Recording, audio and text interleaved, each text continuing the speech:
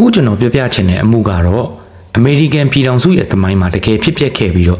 ့ကြားရတဲ့သူတိုင်းစိတ်မသက်မသာဖြစ်ရလောက်အောင်တုန်လှုပ်စရာကောင်းတဲ့မူလတန်းအရွယ်ကလေးမလေးရိုဆလင်းရဲ့အကြောင်းပဲဖြစ်ပါတယ်။သူမဟာအရွယ်နဲ့မလိုက်အောင်တောက်ပတဲ့အနာဂတ်တာယာလပတဲ့ဘဝတစ်ခုနဲ့ပုံမှန်ကလေးတွေလိုပဲလွတ်လပ်စွာဖြတ်တန်းသွားတင်တာပါ။ဒါပေမဲ့မိစ္ဆာတကောင်လိုရက်ဆက်တဲ့ပထွေးစုသူအမျိုးသားတစ်ယောက်ရဲ့လက်ထဲမှာ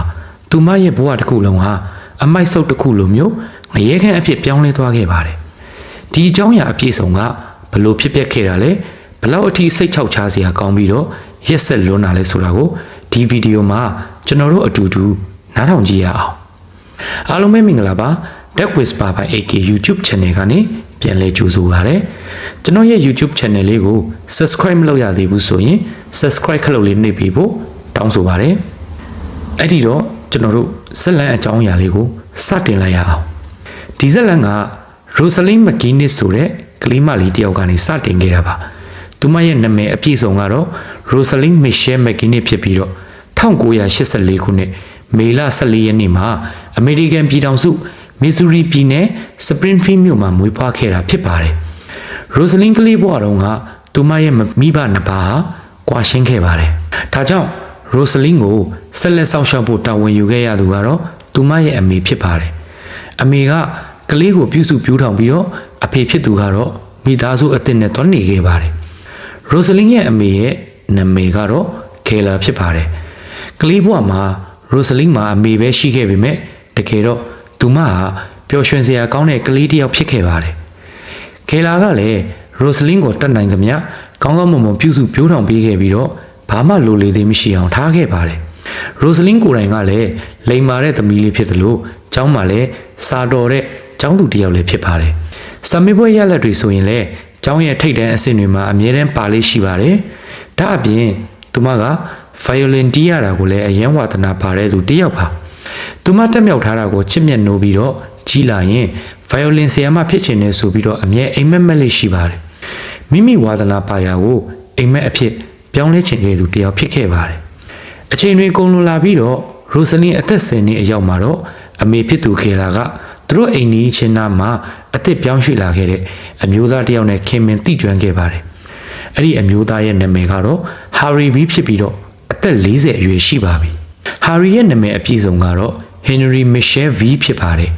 ဟင်နရီကရိုဆလင်းတို့သားအမိအိမ်နဲ့နီနီနာနာမှာလာနေထိုင်နေသူဖြစ်ပြီးတော့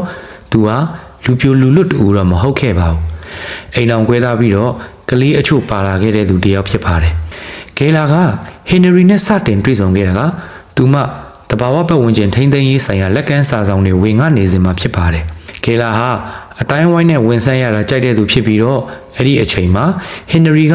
မမောနဲ့လက်ကမ်းစာဆောင်ကိုလာရောက်လက်ခံယူခဲ့တဲ့အချိန်ပဲဖြစ်ပါတယ်အဲ့ဒီစက္ကန့်ပိုင်းလေးမှာပဲနှစ်ယောက်စလုံးဟာစက္ကန့်ပိုင်းများအကြည့်ချင်းဆုံသွားခဲ့ပြီးတော့တယောက်ကိုတယောက်သဘောကျသွားခဲ့တာဖြစ်ပါတယ်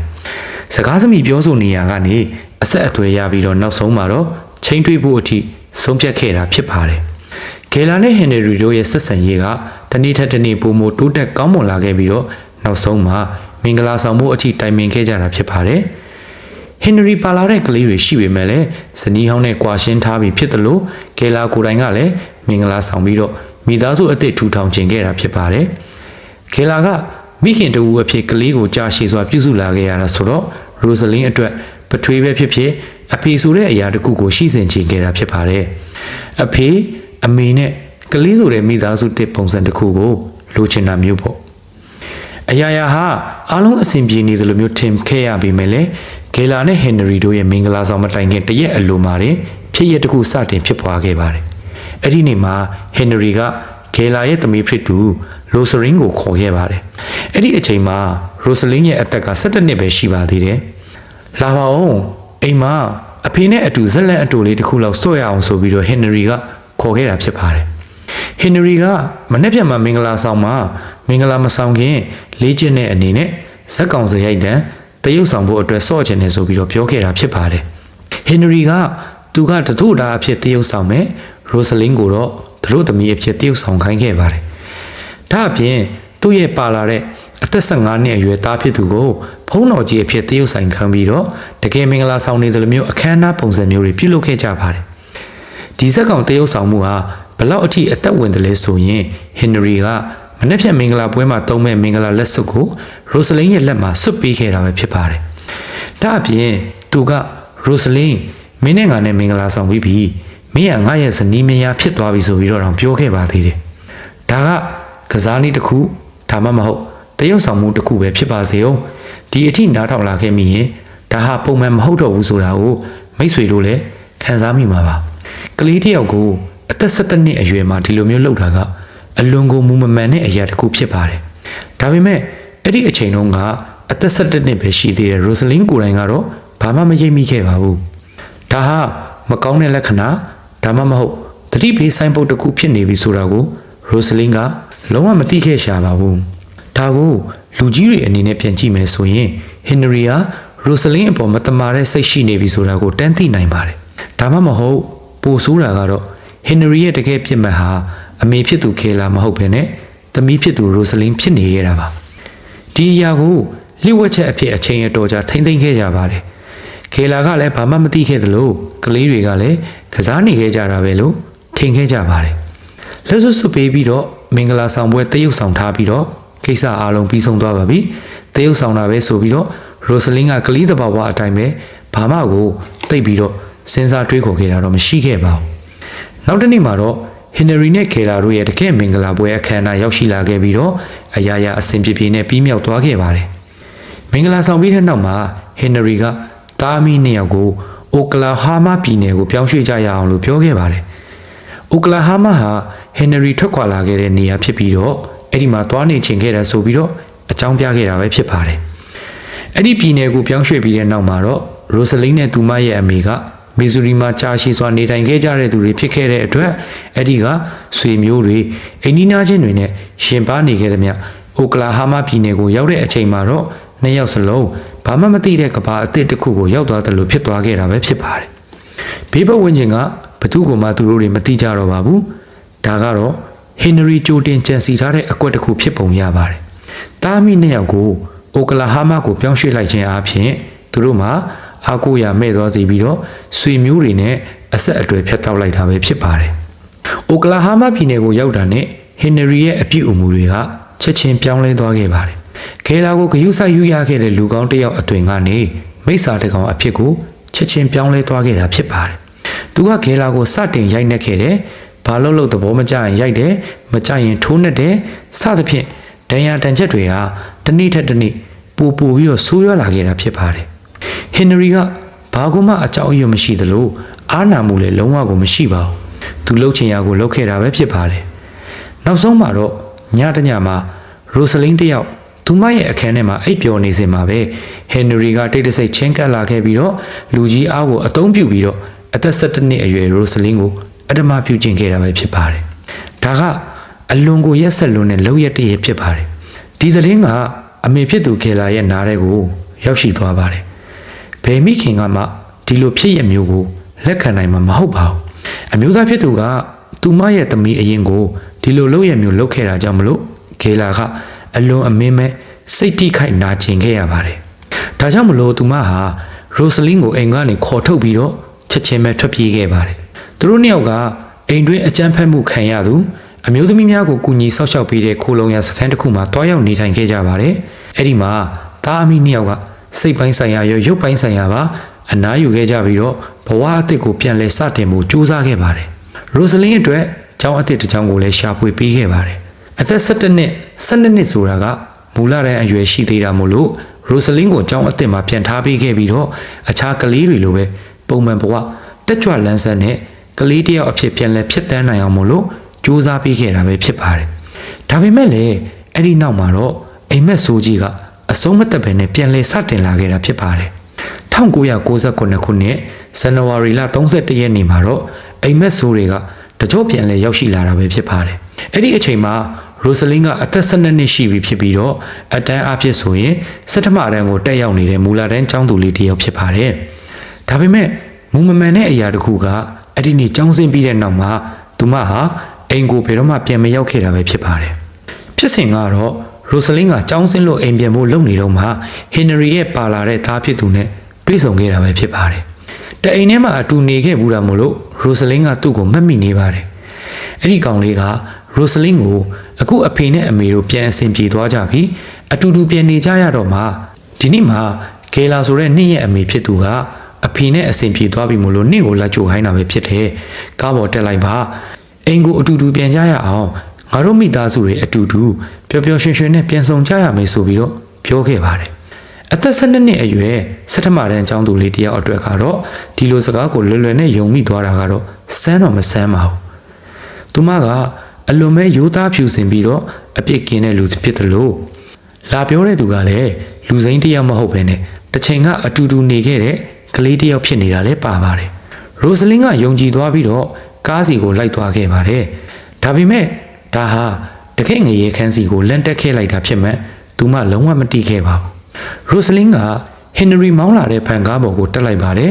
ဟင်နရီကအိမ်ကိုမောင်းမပြန်မဲနဲ့ဟိုတယ်တစ်ခုစီကိုထွက်ခွာသွားခဲ့ပါတယ်ဟိုတယ်အခန်းထဲရောက်တာနဲ့ဟင်နရီကရိုဆလင်းကိုရုပ်ဖြတ်ခိုင်းခဲ့ပါတယ်ရိုဆလင်းရဲ့မူလသပင်အယောင်ဟာနေညိုရောင်ဖြစ်ပေမဲ့လည်းသူမရဲ့သပင်ကိုနှက်မောင်တဲ့အနက်ရောင်ကိုစိုးစေခဲ့ပြီးတော့မျက်မှန်တက်ဆင်ခိုင်းခဲ့ပါတယ်ဒါကရိုဆလင်းကိုမြင်ဘူးတဲ့သူတွေမမှတ်မိစေဖို့အတွက်ရုပ်ဖြတ်ခိုင်းခဲ့လိုက်တာဖြစ်ပါတယ်ရုပ်ဖြတ်ပြီးတဲ့နောက်မှာတော့ဟင်နရီကရိုဆလင်းနဲ့အတူသူ့ရဲ့ပါလာတဲ့ကလေးတွေကိုပါခေါ်ဆောင်သွားခဲ့ပါတယ်တည်င်းအချက်အလက်တွေမှာဆိုရင်တော့သူ့မှာပါလာတဲ့ကလေးတွေဘယ်နှယောက်ရှိမှန်းတိတိကျကျမသိခဲ့တာကြောင့်မို့လို့တယောက်ထက်မကရှိနိုင်ပါတယ်ဟင်နရီကသူ့ရဲ့သားသမီးတွေကိုရိုဆလင်းနဲ့မိတ်ဆက်ပေးရင်းနဲ့ဒီကလေးမကနင်တို့ရဲ့အမေအစ်စ်ပဲနောက်ဆိုသူ့ကိုအမေလို့ခေါ်ကြဖို့ဆိုပြီးတော့ခိုင်းစေခဲ့ပါတယ်ကလေးတွေကဟင်နရီခိုင်းတာကိုလိုက်လုပ်ခဲ့ကြပေမဲ့လည်းရိုဆလင်းထက်အသက်ပိုကြီးတဲ့ကလေးတွေကတော့မှရိုဆလင်းကိုအမေလို့ခေါ်ခဲ့ရပါတယ်ဟင်နရီကရိုဆလင်းကိုအမျိုးမျိုးချင်းချောက်နှိပ်စက်ခဲ့တာကြောင့်မို့လို့အသက်12နှစ်အရွယ်ကလေးမလေးမှာကြောက်ရွံ့လွန်းလို့ဘာမှကိုမကုခံနိုင်ပဲနဲ့ငြိမ်ခံပြီးတော့အတင်းစီခိုင်းခံခဲ့ရပါတယ်ဟင်နရီကရိုဆလင်းနဲ့ကလေးတွေကိုခေါ်ဆောင်ပြီးတော့ပြည်နယ်တစ်ခုကနေတစ်ခုကိုလှည့်လည်သွားရောက်ခဲ့ပါတယ်သူတို့ပတ်စံရှာတဲ့နီလန်းကတော့ရိုဆလင်းနဲ့ကလေးတွေကိုတောင်းရမ်းသူအဖြစ်ခိုင်းစေတာပဲဖြစ်ပါတယ်မြို့တစ်မြို့ရောက်တိုင်းမှာကလေးတွေကိုမြို့ထဲအထိလမ်းလျှောက်ခိုင်းပြီးတော့တအိမ်တက်တအိမ်စင်တကားခောက်ခိုင်းပြီးတော့ဒါမှမဟုတ်လမ်းသွားလမ်းလာတွေစီကနေပတ်စံတောင်းခဲ့ခိုင်းတာပဲဖြစ်ပါတယ်ကလေးတွေပတ်စံတောင်းနေတဲ့အချိန်မှာတော့ဟင်နရီကဈေးပေါ်တဲ့ဟိုတယ်အခန်းတစ်ခုထဲမှာအနားယူအိတ်ဆက်နေလေးရှိပါတယ်ကလေးတွေပြန်ရောက်လာရင်တော့တောင်းလို့ရတဲ့ပတ်စံတွေကိုဟင်နရီစီကိုအပ်ရပါတယ်ဟင်နရီကအဲ့ဒီပတ်စံနဲ့သူ့ရဲ့ကိုကျိုးအတွက်ကောင်းမွန်တဲ့အစားအသောက်တွေဝယ်ယူတယ်အရက်နဲ့မူရစ်ဆေးဝါးတွေကိုဝယ်ယူပြီးတော့ပျော်ပါနေခဲ့ပါတယ်ဒါအပြင်အမေနေရာမှာတရုပ်ဆောင်နေရတဲ့ရိုဆလင်းက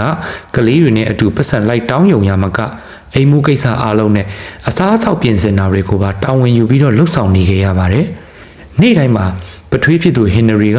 ဒါရိုက်တာတယောက်လိုပြုမှုပြီးတော့ရိုဆလင်းနဲ့ကလေးတွေကိုတော့ဇက်ကောင်တရုပ်ဆောင်ခိုင်းလေးရှိပါတယ်ဟင်နရီခိုင်းစေတဲ့ဇက်ကောင်အတိုင်းအားလုံးကမငင်းဆန်ပဲလိုက်လုပ်ခဲ့ကြရတာဖြစ်ပါတယ်ဒီနေ့ခွေးအဖြစ်တရုပ်ဆောင်ခိုင်းရင်ခွေးဖြစ်ရပြီးတော့မနေ့ပြန်ယုံအဖြစ်တရုပ်ဆောင်ခိုင်းရင်တော့ယုံဖြစ်ရတာဖြစ်ပါတယ်တကယ်လို့များတရယောက်ကငင်းဆန်မယ်တယောက်ယောက်ကလွန်ဆန်ခဲ့မယ်ဆိုပါကခန္ဓာကိုယ်ထွားချိုင်းလာတဲ့ဟင်နရီရဲ့ပြင်းထန်လာတဲ့ရိုက်နဲ့နှိပ်စက်မှုတွေကိုခံရမှာပဲဖြစ်ပါတယ်ရိုဆလင်းကနေ့တိုင်းလိုလိမ်ပိုင်းဆိုင်ရာအဓမ္မပြုကျင့်မှုတွေကိုခံရခဲ့သလိုရုပ်ပိုင်းဆိုင်ရာအရာလည်းနီးမျိုးစုံနဲ့နှိပ်စက်ခံခဲ့ရပါတယ်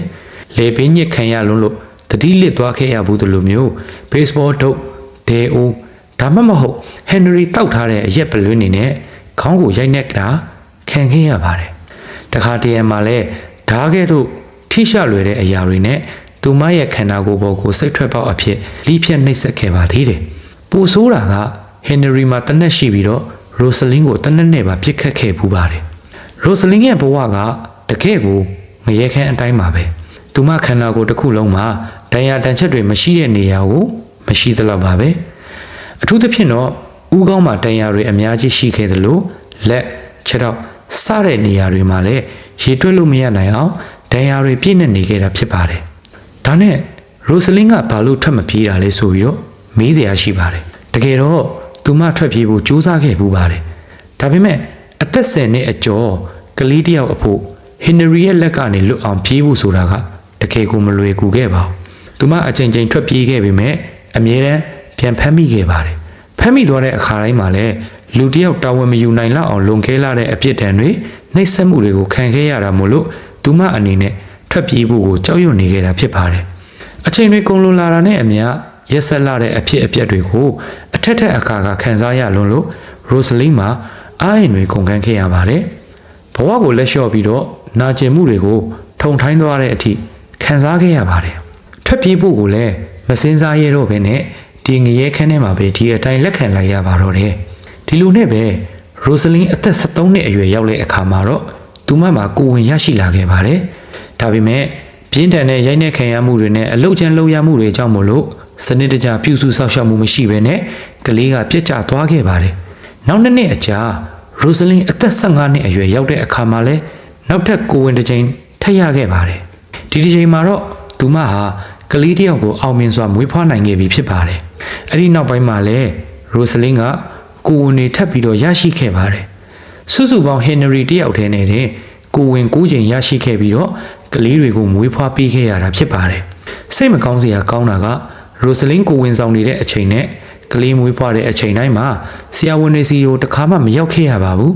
ဆရာဝန်ဒါမှမဟုတ်ကျမ်းမာရေးဝန်ထမ်းတွေရဲ့ကူညီမှုလုံးဝမပါဘဲနဲ့ရိုစလင်းကိုယ်တိုင်ပဲတဘာဝအတိုင်းမွေးဖွားခဲ့ရတာဖြစ်ပါတယ်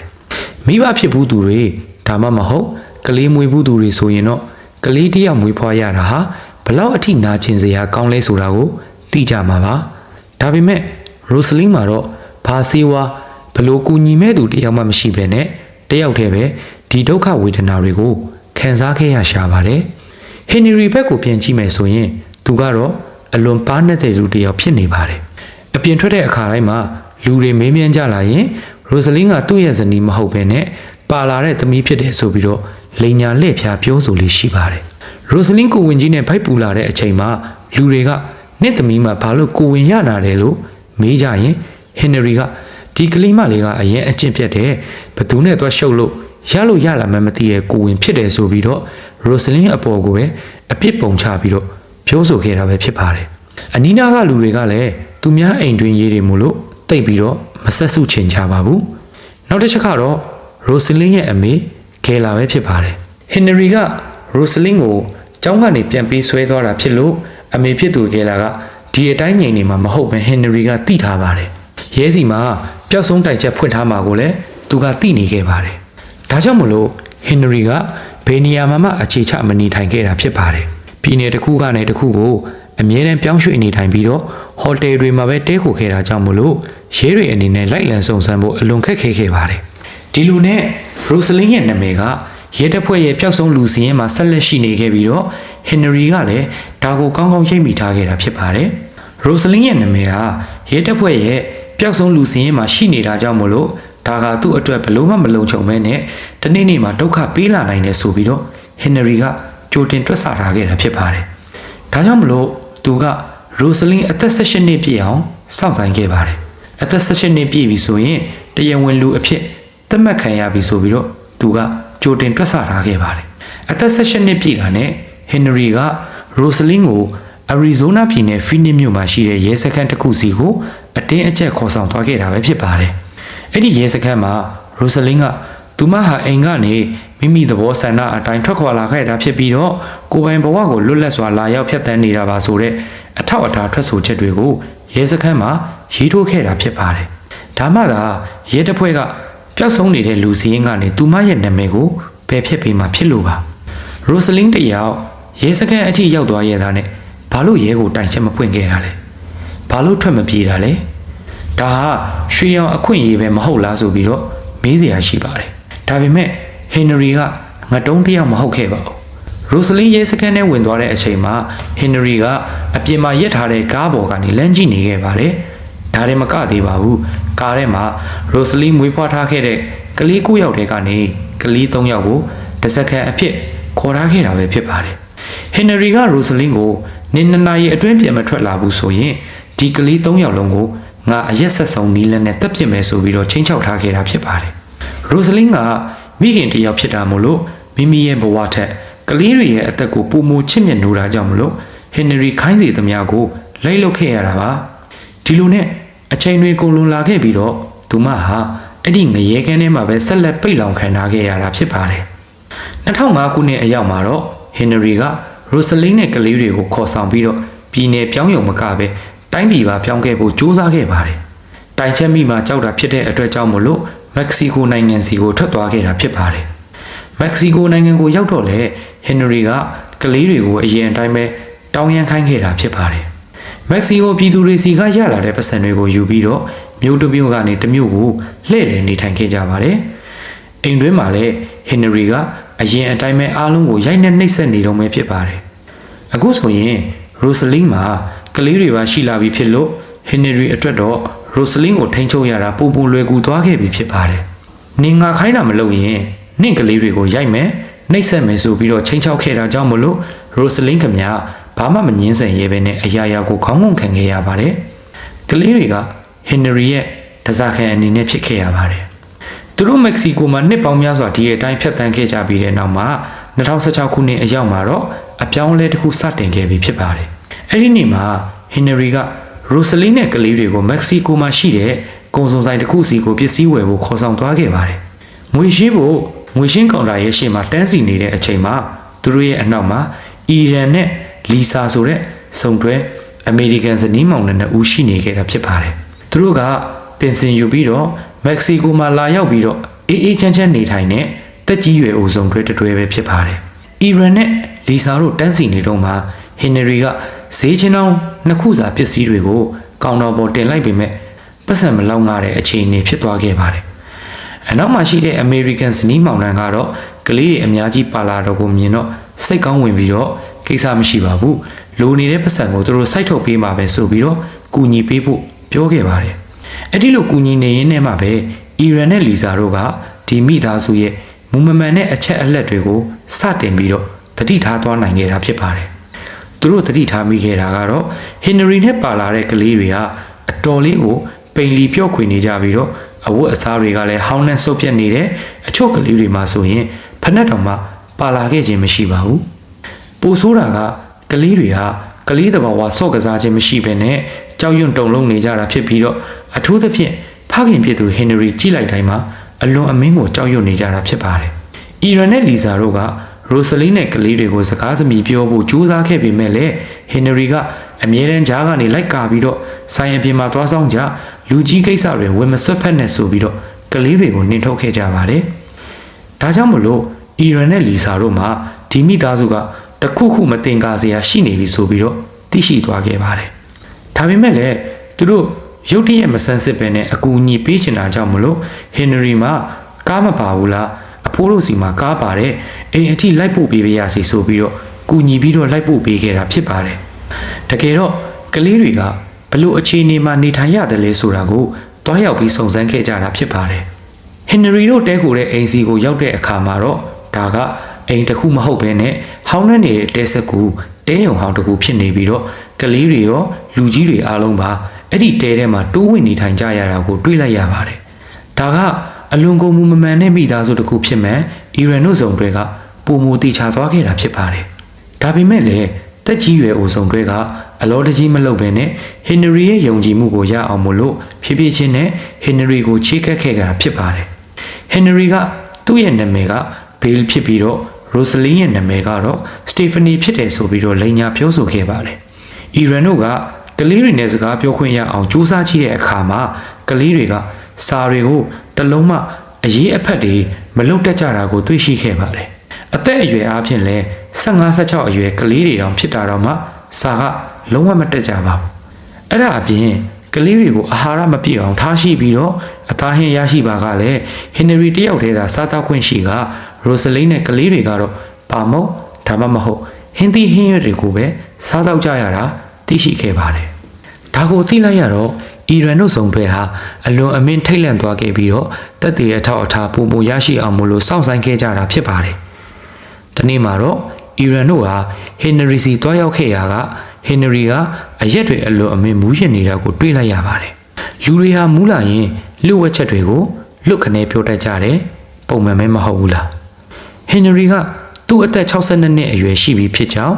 ပြီးတော့သူ့ရဲ့မိန်းမရိုဆလင်းရဲ့အသက်ကတော့32နှစ်ပဲရှိသေးကြောင်းလွတ်ခနဲပြောဆိုမိခဲ့တာဖြစ်ပါတယ်အီရန်တို့ကရိုဆလင်းစီလှည့်ပြီးတော့ဒါဆိုရင်မင်းရဲ့အကြီးဆုံးကလေးကအသက်ဘယ်လောက်ရှိပြီလဲလို့မေးလိုက်ရမှာရိုဆလင်းက18နှစ်ရှိပါပြီဆိုပြီးတော့ဖြေခဲ့ပါတယ်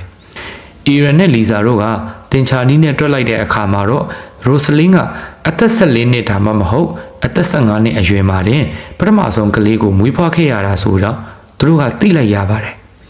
ဒါကိုသိလိုက်ရတော့အမေရိကန်စုံတွဲကဒီမိသားစုကမလူလားအပ်ပဲအတင်းအကျပ်ပိတ်လောင်ထားခဲ့ရတာဖြစ်ပြီးတော့တရားရခိုင်တော့တေချာသွားတယ်ဆိုတာကိုသူတို့တွေ့ရှိခဲ့လိုက်တယ်ရိုစလင်းကဟင်နရီနဲ့သဘောတူနေထိုင်နေတာမဟုတ်ပဲနဲ့ပြန်ပေးဆွဲခေါ်ဆောင်ခံထားရတာဖြစ်ကြောင်းကိုသဘောပေါက်သွားခဲ့ကြပါတယ်ဒါကြောင့်မလို့အီရန်နဲ့လီဇာတို့ဟာဟင်နရီမမြင်အောင်ရိုစလင်းကိုတီးတန့်ခေါ်ထုတ်လိုက်ပြီးတော့မင်းနဲ့မင်းရဲ့ကလေးတွေကိုဒီငရဲခန်းထဲကနေလွတ်မြောက်အောင်ကူညီပေးချင်ပါတယ်မင်းသဘောတူရင်အခုပဲကူညီပေးမယ်ဆိုပြီးတော့တိတ်တိတ်ဆိတ်ဆိတ်နဲ့ကတိပေးခဲ့ကြတာဖြစ်ပါတယ်အဲ့ဒီအချိန်မှာရိုစလင်းရဲ့ခံစားချက်ကမှောင်မိုက်နေတဲ့အနေအထားတစ်ခုတည်းကနေရုတ်တရက်အလင်းရောင်တစ်ခုမြုပ်လင်းချက်တစ်ခုကိုမြင်တွေ့လိုက်ရတယ်လို့ပါပဲဒါဟာဟင်နရီနဲ့အတူတူနေခဲ့တဲ့နှစ်ပေါင်းများစွာအတွင်းမှာသူမဖေတော့မှမရရှိခဲ့ဘူးတဲ့လွတ်မြောက်ရေးအခွင့်အလမ်းတစ်ခုဖြစ်ခဲ့ပါတယ်ရိုစလင်းကကလေးတွေနဲ့အတူတ